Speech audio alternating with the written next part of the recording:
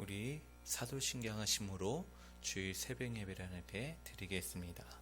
전능하사 천지를 만드신 하나님 아버지를 내가 믿사오며 그 외아들 우리 주 예수 그리스도를 믿사오니 이는 성령으로 잉태하사 동정녀 마리아에게 나시고 본디오 필라도에게 고난을 받으사 십자가에 못 박혀 죽으시고 장사한 지 사흘 만에 죽은 자 가운데서 다시 살아나시며 하늘에 오르사 전능하신 하나님 우편에 앉아 계시다가 저희로서 산자와 죽은 자를 심판하러 오시리라. 성령을 믿사오며 거룩한 공회와 성도가 서로 교통하는 것과 죄를 사하여 주시는 것과 몸이 다시 사는 것과 영원히 사는 것을 믿사옵나이다. 아멘. 우리 찬송가 218장 하나님 앞에 찬양하도록 하겠습니다. 찬송가 218장입니다. 내 마음과 정성을 다하여서 주 너의 하나님을 사랑하라. 내 몸을 아끼고 사랑하듯 형제와 이웃을 사랑하라. 주께서 우리에게 명하시니 그 명령 따라서 살아가리. 널 미워 해치는 원수라도 언제나 너 그렇게 사랑하라. 널 핍박하는 자 위에서도 신실한 마음으로 복을 빌라. 주께서 우리에게 명하시니 그 명령 따라서 살아가리. 나 항상 주님을 멀리하고 형제를 사랑하지 못하였다. 이러한 죄인을 사랑하사 주께서 몸버려 죽으셨다. 속죄의 큰 사랑 받으니 내 생명 다 바쳐 충성하리. 아멘.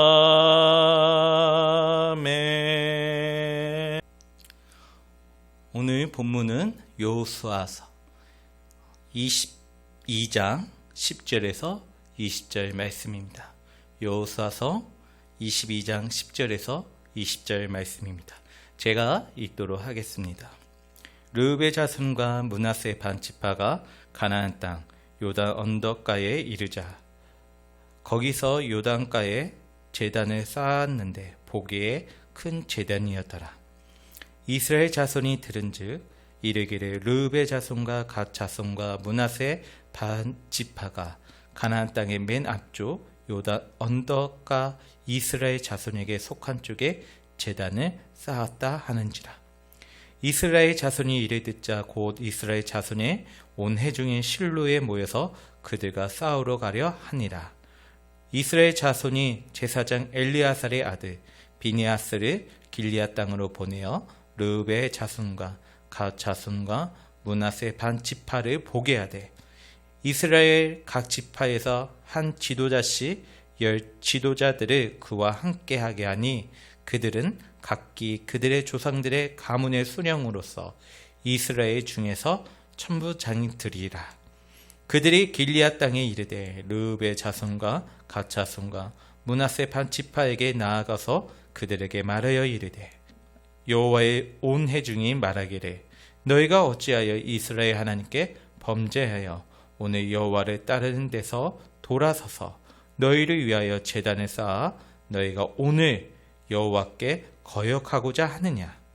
부올의 죄악으로 말미암아 여호와의 회중에 재앙이 내렸으나 오늘까지 우리가 그 죄에서 정결함을 받지 못하였거늘 그 죄악이 우리에게 부족하여서 오늘 너희가 돌이켜 여호와를 따르지 아니하려고 하느냐?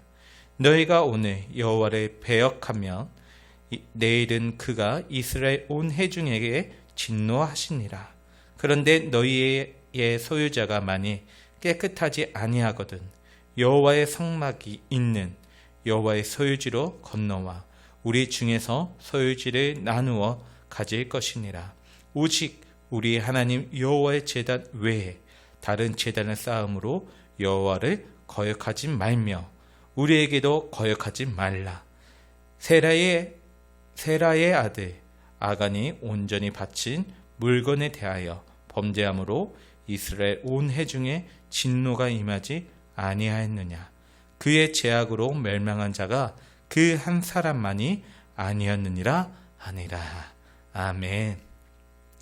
오늘 본문을 보면요, 요단 동편으로 돌아가면서 르우벤, 갓, 므낫세 진파는 큰 제단을 세웁니다. 다른 지파들이 이들이 하나님이 아닌 다른 신 위에 제단을 쌓은 것이라고 오해하기도 합니다. 그래서 지금 르우벤, 갓, 므낫세 반 지파에게도 온 것입니다. 결국 해프닝으로 끝나는 것처럼 보이는 이 사건을 통해 우리는 놓치지 말아야 할 것이 있습니다. 첫 번째로는요, 죄가 주는 저주와 고통을 기억하라는 것입니다. 지금 르우벤, 갓, 므낫세 반 지파가 세울 제단은 다른 지파들의 오해를 불러오기에 충분했습니다. 이들이 지금 르우벤, 갓, 므낫세 반 지파에게 온 것은 그들과 정죄하기 위해서라기보다 그들에게 과거 죄로 인해 온 이스라엘에게 미쳤던 죄의 저주와 고통을 먼저 상기시켜 주기 위해서였습니다. 지금 이들은 발람으로 인해 온 이스라엘이 저지른 죄악과 아간의 죄악으로 인한 고통을 잊지 않고 있습니다. 17절의 말씀에 보면 부올의 죄악으로 말미암아 여호와의 회중에 재앙이 내렸으나 오늘까지 우리가 그 죄에서 정결함을 받지 못하였거늘 그 죄악이 우리에게 부족하여서. 아멘. 이 비슷한 성경 구절이 있는데 민수기 25장에서 이스라엘은 발람의 꾀에 빠져 모압 여자들과 행음을 저지르는 사건, 그로 인해 온 이스라엘은 고통을 받게 되었죠. 당시 이러한 상황을 너무나 잘 알고 있었던 사람이 바로 오늘 본문 13절에 등장한 엘리아살의 아들 비느하스입니다. 하나님은 비느하스의 헌신적인 행동을 통해 이스라엘의 죄악을 멈추었습니다. 그 누구보다도 비느하스는 이 사건을 다시는 떠올리고 싶지 않았을 것입니다. 그런데요, 르우벤, 갓, 므낫세 지파가 하나님 아닌 다른 신에게 제사를 드리려고 하는 영적인 행음을 저지르려고 할 때 비느하스는 그때의 기억이 떠올리게 되죠. 이것은 계획뿐만 아니라 이스라엘 모두를 고통으로 몰아넣는 행동이었습니다. 그것뿐만 아니라 아간의 죄악도 마찬가지죠. 여호수아 7장에 등장하는 아간은 자신의 탐욕에 이끌려 하나님께서 금하신 것을 취함으로 인해 온 이스라엘을 전쟁에서 패하게 했을 뿐만 아니라 자신의 장막에 있는 모든 자들까지 죽음으로 내몰았던 사건을 우리는 기억하고 있을 것입니다. 사랑하는 성도 여러분, 이 두 사건이 우리에게 주는 영적 교훈은 무엇일까요? 죄는 반드시 그로 인한 저주와 고통이 따르다는 사실입니다. 우리는 이 사실을 잊지 마시기 바랍니다. 아담의 범죄로 인간이 어떤 존재로 전락해 버렸습니까? 노아 당시 사람들이 하나님을 잊고 살아가면서 어떻게 되었습니까? 그리고 바벨탑 사건과 이스라엘 죄악 사건, 그리고 범죄한 가나안의 사람들의 결말, 우리는 성경을 통해 인간이 지은 죄의 결과를 보고 듣습니다. 그럼에도 불구하고 죄의 파괴력을 가볍게 여길 때가 얼마나 많은지 모릅니다. 오늘 본문에 나타난 르우벤, 갓, 므낫세 반지파의 행동에 대해 오해하여 한 말이기 하지만 하나님께서 주신 기업을 얻으면서도 온 이스라엘은 철저하게 죄와 싸우려고 하고 있는 것입니다. 이러한 모습은 우리 모두에게 요구되는 삶입니다. 두 번째로는요, 우리가 생각해 볼 교훈은 다른 것은 몰라도 죄는 단호하게 잘라내려는 결단이 있어야 한다는 사실입니다. 하나님은요, 비록 이스라엘이라 하더라도 그 안에서 벌어진 죄의 싹은 가감히 잘라 버리셨습니다. 오늘 본문에 등장하는 발람 사건과 아간의 사건 역시 이유가 어찌 되었든지 죄의 가담함으로 선동했던 모든 자들은 비참한 결과를 맞이하게 되었습니다. 12절에 보면 다른 지파들은 르우벤, 갓, 므낫세 반지파가 범죄하고 있다고 여길 때 가만히 있지 않았습니다. 이스라엘 자손이 이를 듣자 곧 이스라엘의 자손의 온 회중이 실로에 모여서 그들과 싸우러 가려 하니라고 12절에 말씀하고 있죠. 요다 서편 땅을 차지한 지파들은요, 르우벤, 갓, 므낫세 반지파들이 혹 거리가 멀어서 또 요단 강에서 서쪽으로 멀리 떨어진 실로까지 와서 제사하기 힘들어서 지금과 같은 죄를 범했다면 자신들이 있는 땅을 나눠줄 터이니 하나님을 거역하지 말라고 합니다. 19절에 보면 그런데 너희의 소유지가 만일 깨끗하지 아니하거든 여호와의 성막이 있는 여호와의 소유지로 건너와 우리 중에서 소유지를 나누어 가질 것이니라. 오직 우리 하나님 여호와의 제단 외에 다른 제단을 쌓음으로 여호와를 거역하지 말며 우리에게도 거역하지 말라라고 말씀하고 있습니다. 다른 모든 것은 타협할 수 있지만 하나님을 거역하는 것만큼은 타협할 수 없다는 이야기죠. 하나님은 죄를 지으려는 형제들과 치고받고 싸우라고 말하는 것이 아닙니다. 요다 서편의 땅을 분배받은 지파들은 르우벤, 갓, 므낫세 밭 지파에게 기꺼이 요다 서편의 땅을 내어주겠다고 합니다. 오로지 그들이 범죄하거나 하나님을 거부하려는 것을 원치 않는 모습이죠. 그래서 죄로부터 온전히 돌아서서 멀어지도록 하기 위해서 단호한 태도로 하나님께서 취합니다. 세 번째로는요, 우리는 그리스도 안에서 한 지체라는 것입니다.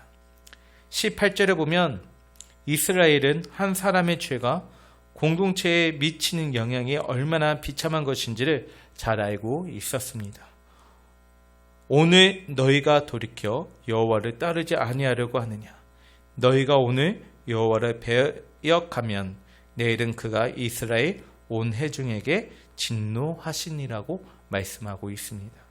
이 말은요, 나의 죄악은 나 한 사람의 죄로 끝나지 않는다는 것입니다. 발람의 관계로 인해 시작된 죄악도 그랬고 아간으로 인한 죄악도 그랬습니다. 다시 말하면요, 다른 지파들은 르우벤, 갓, 므낫세 밭 지파에게 우리는 형제잖아. 너희들의 죄는 너희들뿐 아니라 사랑하는 가족과 또 다른 형제들에게 아픔을 준다는 것을 너희도 잘 알고 있잖아 하고 이야기를 하죠.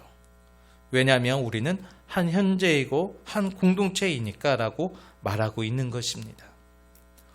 오늘 우리는 예수 안에서 한 가족이고 한 몸입니다. 우리가 참으로 그리스도 안에서 한 몸 된 자라면 다른 지체들의 아픔은 곧 나의 아픔이 되는 것입니다.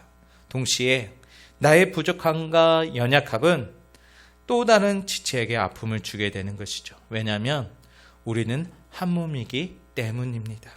마치 오른손이 다치면 온몸이 함께 고통을 느끼는 것과 같이 이치를 하고 있죠. 말씀을 정리하고자 합니다. 사랑하는 성도 여러분, 오늘 우리는 단순한 해프닝처럼 보이는 이 사건을 통해 예수 안에 한 몸 된 우리가 죄를 어떠한 시선을 바라봐야 하는지 마음 깊이 새기시기 바랍니다. 동시에 아프더라도 내 삶에 제약된 삶은 가감히 잘라내 버릴 줄 아는 결단이 있기를 바랍니다. 나아가 그리스도 안에서 우리 모두는 같은 공동체이자 한 몸이라는 사실을 늘 기억할 수 있기를 바랍니다. 범죄한 나의 모습으로 인해 교회가 병들고 가정이 병들고 공동체들의 고통을 느끼게 됩니다. 이제는 우리는 그러한 모습에서 벗어나 하나님 앞에 기도하고 또 사랑하며 섬기는 나로 인해 공동체가 행복을 느끼고 그리고 영적인 쉼을 얻을 수 있어야 한다는 것이죠. 오늘 하루도 하나님의 백성다운 삶을 통하여 우리들의 삶이 선한 영향력 흘려보내시길 주님의 이름으로 축원합니다. 기도하겠습니다. 하나님 아버지, 오늘 본문을 통하여 죄를 어떠한 시선을 바라봐야 하는지 마음 깊이 생각하여 주시고 죄악된 삶을 가감히 잘라내 버릴 줄 아는 결단이 있게 하여 주시옵소서. 더 나아가 그리스도 안에서 우리 모두는 공동체이자 한 몸이라는 사실을 기억하여 주시고 오늘 하루도 하나님의 백성다운 삶을 통해 선한 영향력을 흘려보내는 우리들이 되게 하여 주시옵소서. 예수님의 이름으로 기도드립나이다. 아멘. 하늘에 계신 우리 아버지여, 이름이 거룩히 여김을 받으시오며 나라에 임하오시며 뜻이 하늘에서 이룬같이 땅에서도 이루어지이다. 오늘날 우리에게 이루할 양식을 주옵시고 우리가 우리에게 죄 지은 자를 사하여 준 것 같이 우리의 죄를 사하여 주옵시고 우리를 시험에 들게 하지 마옵시고 다만 악에게서 구하옵소서. 대개 나라와 권세와 영광이 아버지께 영원히 있사옵나이다. 아멘.